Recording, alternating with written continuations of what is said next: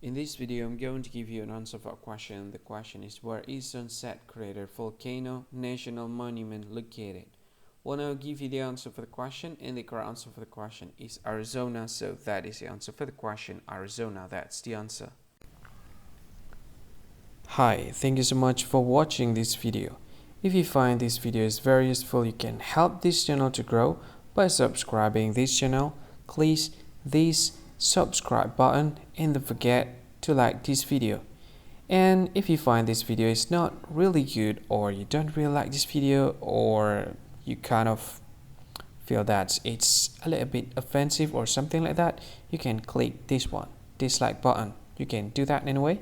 And if you want to share this video with your friend, you can share it by clicking this share button, and you can share it to any social media that you wish that is currently available at this time, like Facebook, Twitter, LinkedIn, and many others, right?